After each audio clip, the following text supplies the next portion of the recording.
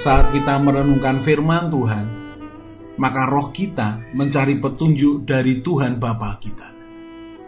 Saat kita merenungkan firman Tuhan, saat itulah frekuensi hati kita terhubung dengan frekuensi hati Tuhan, sumber kebenaran. Dan petunjuk yang didapat roh kita dari kebenaran firman Tuhan akan mengajar kita, menyatakan kesalahan kita, memperbaiki kelakuan kita, dan mendidik kita dalam kebenaran. Kalau setiap hari kita belajar firman Tuhan, maka kita dijagai untuk selalu berada dalam kehendak-Nya. Dia jamah segenap hidupku dan beri damai di hatiku. Semua telah berubah dan aku tahu Yesus jamah ku jadi baru. Dia jamah segenap hidupku dan beri damai di hatiku. Tuhan Yesus jamah semuanya akan diperbaharui, dan kami tahu saat ini Yesus jamah ku jadi baru. He touched me, oh He touched me, and all the joy that floods my soul. Something happened, and now I know Jesus touched me and made me whole. Kekasih Tuhan, saat ini bukalah hati saudara, terimalah uluran tangannya. Dia mengasihi saudara, dia ingin memulihkan, dia ingin menyembuhkan, dia ingin memperbaiki keadaan, dia ingin membangkitkan saudara.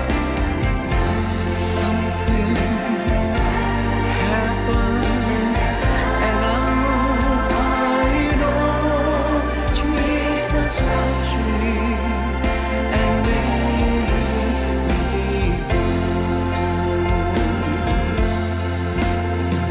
Something happened, and now I know Jesus touched me and made me whole. Something happened, and now I know Jesus touched me and made me whole.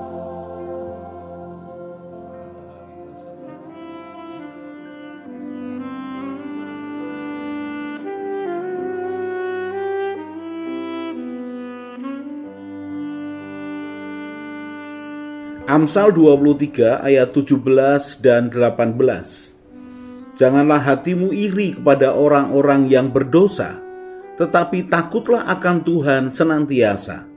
Karena masa depan sungguh ada, dan harapanmu tidak akan hilang.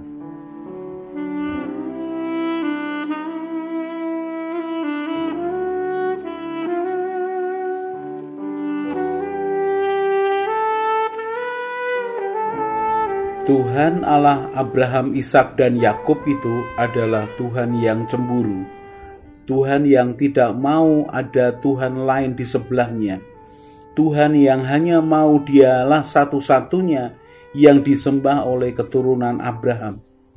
Tuhan tidak mau berbagi kemuliaannya dengan yang lain. Tuhan ingin hanya Dialah yang disembah oleh keturunan Abraham, Ishak, dan Yakub. Di dalam Keluaran pasal yang ke-20 ayat yang pertama dikatakan, lalu Allah mengucap segala firman ini. Ayat yang kedua, Akulah Tuhan Allahmu yang membawa engkau keluar dari tanah Mesir, dari tempat perbudakan. Jangan ada padamu Allah lain di hadapanku. Jangan membuat bagimu patung yang menyerupai apapun yang ada di langit di atas, atau yang ada di bumi di bawah, atau yang ada di dalam air di bawah bumi. Jangan sujud menyembah kepadanya atau beribadah kepadanya, sebab Aku Tuhan Allahmu adalah Allah yang cemburu, yang membalaskan kesalahan bapa kepada anak-anaknya, kepada keturunan yang ketiga dan yang keempat dari orang-orang yang membenci Aku. Tetapi Aku menunjukkan kasih setia kepada beribu-ribu orang, yaitu mereka yang mengasihi Aku dan yang berpegang pada perintah-perintahku. Tuhan Allah Abraham, Ishak, dan Yakub adalah Tuhan yang cemburu.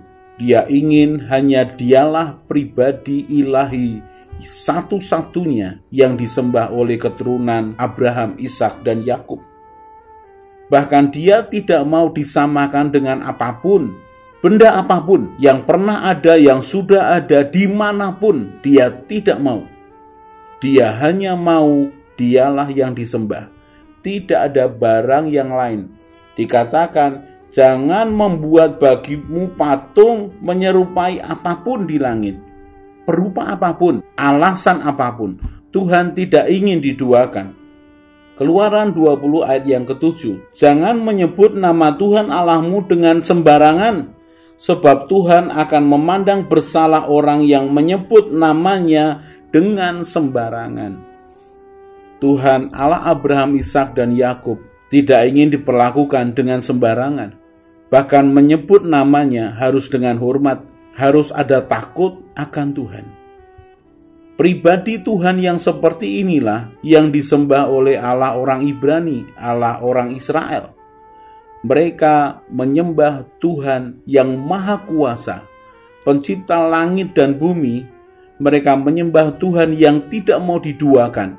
Tuhan ingin menjamin akan umat yang dikasihinya berjalan dengan benar, menikmati segala sesuatu yang dijanjikan, dan sepenuhnya itu adalah karena berkat yang daripadanya.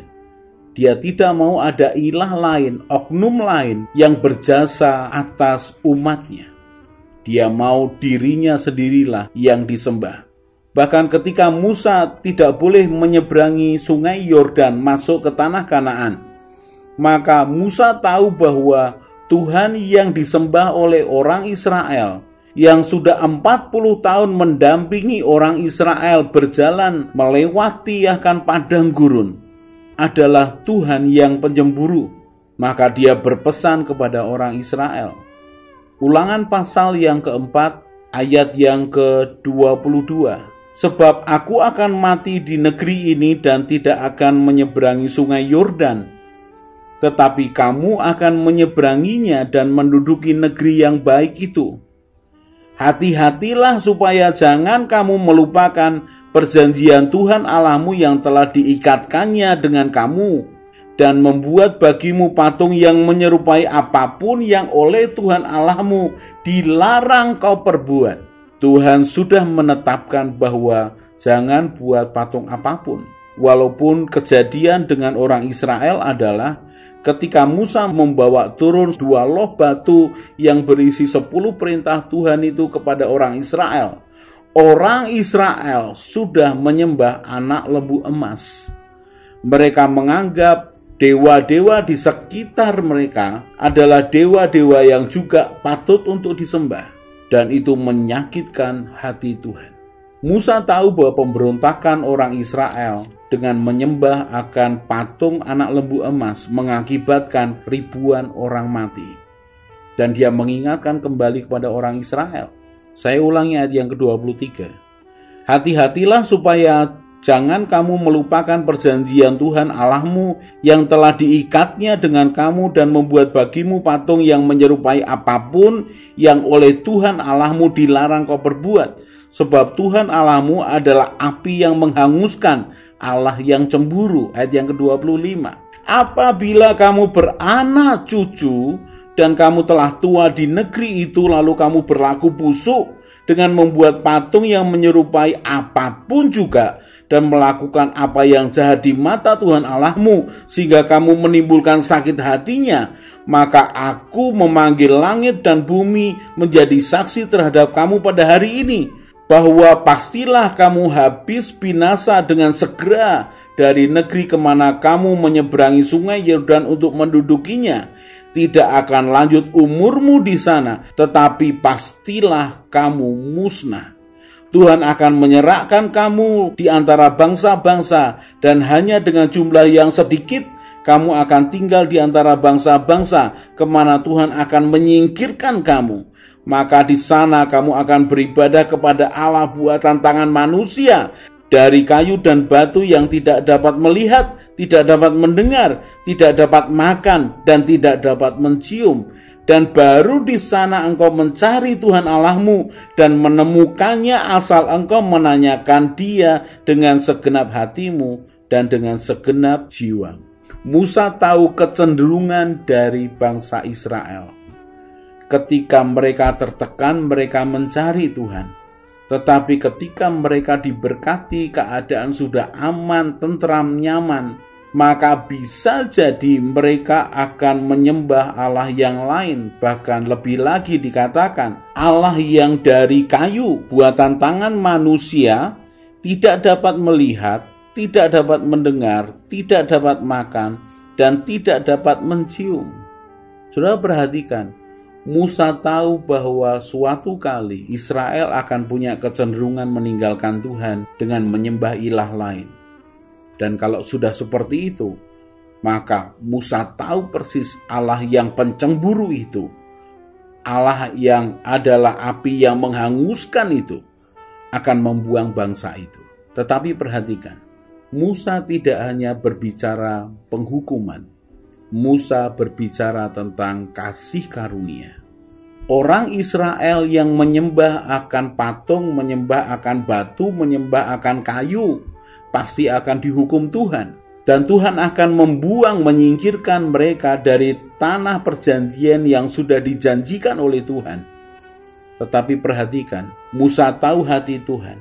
Kalau orang Israel ini mencari Tuhan, kalau orang-orang pilihan ini mencari Tuhan, maka Tuhan akan memberikan dirinya ditemui. Asal orang-orang Israel ini mencari Tuhan dengan segenap hati dan dengan segenap jiwa. Dikatakan di dalam Ulangan 4 ayat yang ke-30. Apabila engkau dalam keadaan terdesak dan segala hal ini menimpa engkau di kemudian hari, maka engkau akan kembali kepada Tuhan Allahmu dan mendengarkan suaranya. Sebab Tuhan Allahmu adalah Allah penyayang.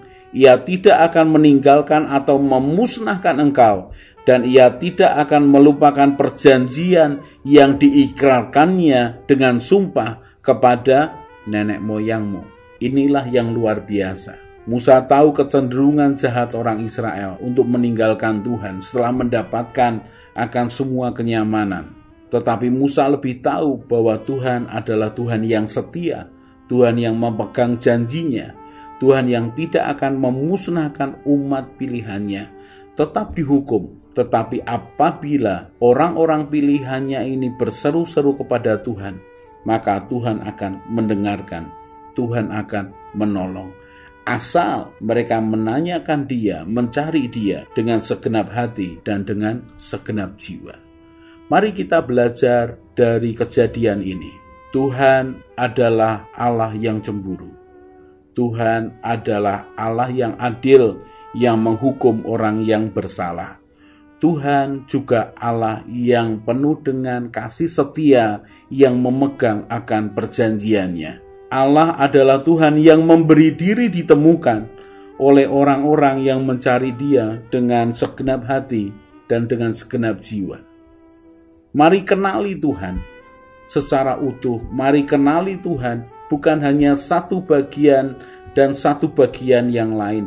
Biarlah kita mengenal Tuhan dalam semua aspek kepribadiannya. Tuhan yang penuh kasih setia, Tuhan yang memegang perjanjiannya, Tuhan yang tegas, Tuhan yang pencemburu, Tuhan yang adil, Tuhan yang memberikan pelajaran, Tuhan yang mengasihi, Tuhan yang tidak pernah meninggalkan. Mari setia kepada Tuhan dan jangan biarkan apapun menghalangi kita dari Tuhan. Jangan kita menyembah patung atau menyerupai apapun. Jangan menyembah kepada manusia, jangan menyembah kepada kekayaan, jangan menyembah kepada kedudukan, jangan menyembah kepada impian. Mari sembah Tuhan supaya kita bisa menikmati secara utuh kebahagiaan, dan itu berlaku untuk anak cucu kita.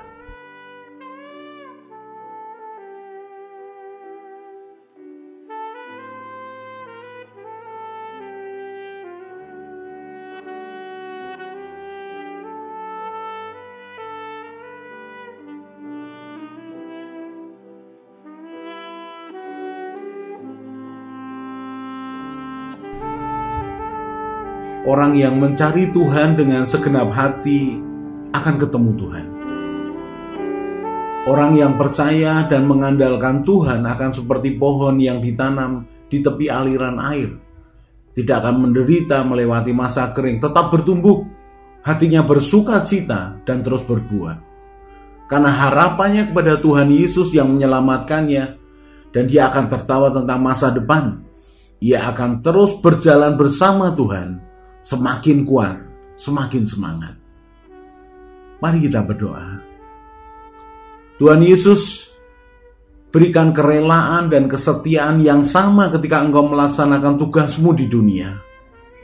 Tuhan Roh Kudus penolongku, ajari aku semakin mengenal Tuhan Yesus dan Bapa Surgawiku, bahwa aku berjalan mengikuti jejak-Mu, Gembalaku yang baik, berjalan bersama Tuhan senantiasa. Amin. Saya Yosea Kristiono, Gembala Jemaat JK Injil Keselamatan Semarang.